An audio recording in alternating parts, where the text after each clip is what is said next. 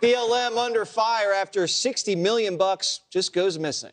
California is demanding the group submit its financial records after it failed to report what it did with all that dough. The last known person in charge of BLM's finances, Patrice Cullors, left over questions about how she could afford to buy over $3 million in real estate.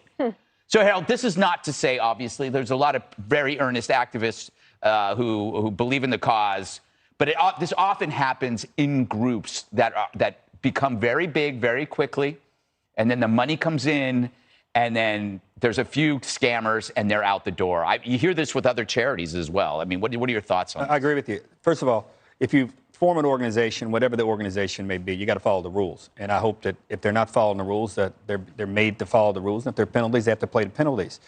White lives matter, police lives matter, black lives matter, all lives matter. I hope that we don't malign the notion, the idea of, in light of what we've dealt with as a country over the last 2 years, about why people thought an organization like this needed to be birthed.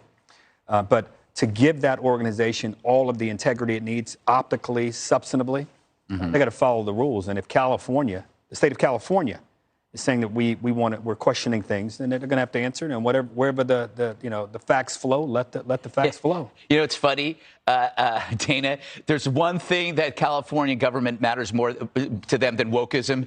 It's your tax money. Better not cheat. Yeah, exactly. Suddenly they're not scared of being called a racist. Well, I mean, just imagine if this was the Federalist Society in Washington, D.C. Every media, so this would be front page news, and Trump would be behind it, and all these things would be happening. So it appears that no one's been in charge of this organization for 8 months. Yeah, it's headless. And one of the board members tried to get off of being on the board when a reporter started asking questions. So clearly there's something going on. And then one person named 2 other people, and then the 2 other people said, no, not me. And it's like they know that there's trouble. And Judge Dineen, part of the problem here is that the corruption was able to unfold because criticism was considered racist. That was a great shield of immunity. Like, I can't actually look at if I say there's something fishy going on, they're going to say, oh, it's because we're black. Yeah, that's a good point.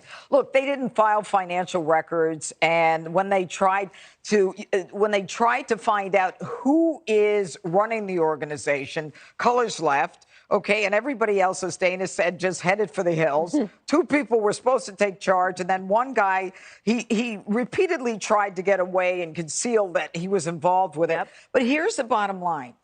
I seem to recall that the Clinton Foundation failed to file financial records, and it's kind of, I guess, what big charitable organizations do. I don't know. But this is the issue. You got $60 million.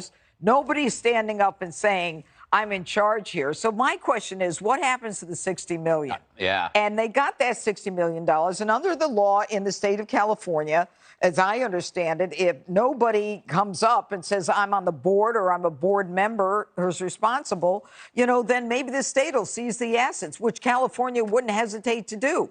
But I think the sad part is that they used a lot of tough tactics in getting money from big corporations and then believers who spent small checks and gave them a little money. I mean, so it's tough, but I think they absconded with a lot of money. Yeah, I wonder if that money, if the judge is right about, could go to the people whose buildings were torched. Well, Tamir Rice's family complained they never saw a dime. I mean, they stole from black Americans, white Americans, corporate Americans. They make the Clinton Foundation look like they have integrity. Judge, what do you call a charity with no headquarters, no president, no accountant, and no idea where the money went? You call it a scam. And sadly, yes, Greg, they did do some good work, but luxury real estate spending sprees a mansion in Canada of $10 million. I mean, if this was the Tea Party, they'd be in prison right now. And where's the IRS? I mean, the IRS wanted to target people with over $600 in their bank account. They're looting tens of millions of dollars. The IRS is AWOL. Yeah, that's true. Well, I have nothing more to say on this. So why don't we just go to the teas? There it is. I am truly a professional. Magic. Yeah.